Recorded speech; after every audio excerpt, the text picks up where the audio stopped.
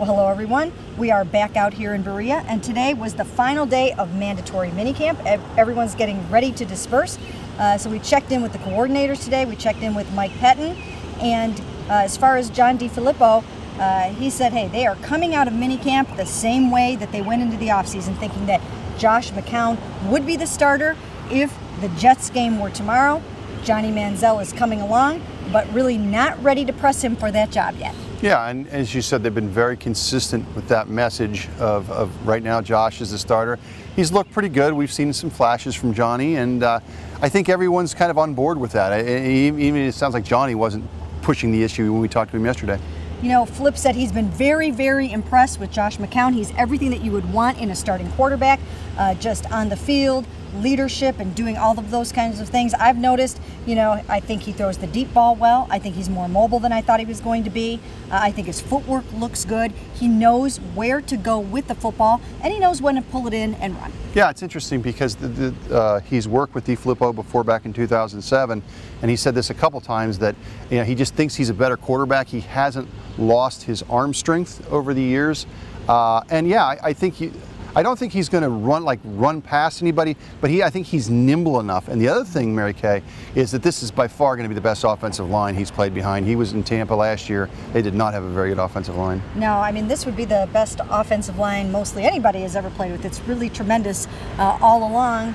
And also, number 19 overall pick, Cam Irving, will be in the mix, John DeFilippo told us today, for one of those starting spots. He will start out at right guard when camp opens. Yeah, and Jen, not that it was a surprise, but when we talked to John Greco today, I don't think he had heard that yet, but not that he didn't expect it, and I think that's where he's going to end up this season is at right guard.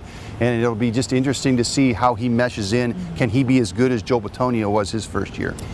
The receivers, we've talked a lot about them, but I think when you look at the group, they have all different kinds of sizes and shapes. They don't have the star guy, but I think they have enough to get the job done very well. Yeah, we saw that last year with this group, and part of it was the scheme and be able to get guys open, but the group was pretty good for 10 or 11 games. We always do kind of harp the fact that it doesn't have that big playmaker.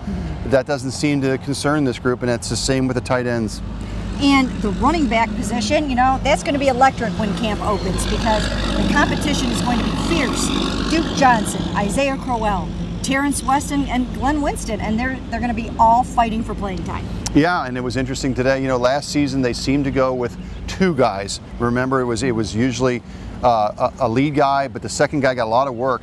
I thought it was interesting to say DeFilippo says, I'm going with the hot hand.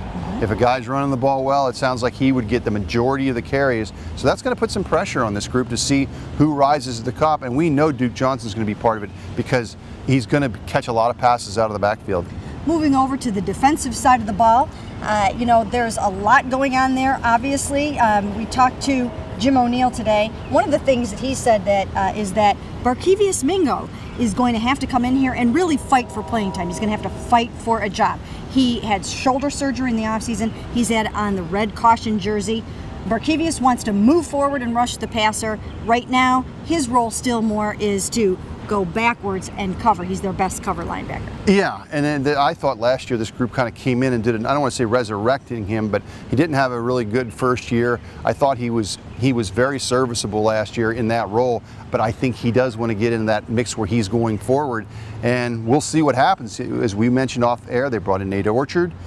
They've got a couple other guys that kind of like and who may be a little bit more physical in setting the edge. And they've got Armonte Bryant coming back from the torn ACL, so there will be plenty of competition. Scott Solomon at the edge rush position. The secondary, that's going to be great. They just need to get Tayshawn Gibson back in there. He missed all of minicamp with his hamstring, and he needs to get back in there and prove that he's ready to get back to his Pro Bowl level. Yeah, I think with him, I think most people were just concerned that they would like to see get this whole contract issue settled and not having like an Alex Mack situation where they were last year, where there was, they go through the whole year without getting him signed. And of course, defensive line, they did everything they could to shore it up. Danny Shelton, Xavier Cooper, guys coming back. So I think the defense will be much improved. And now there's 6 weeks off before the start of training camp. Mary Kay, I'm going to miss you. I'm going to miss you too. We won't see you probably for much of that time. However, we'll have plenty of stories coming right here for you on cleveland.com. So stay with us early and often.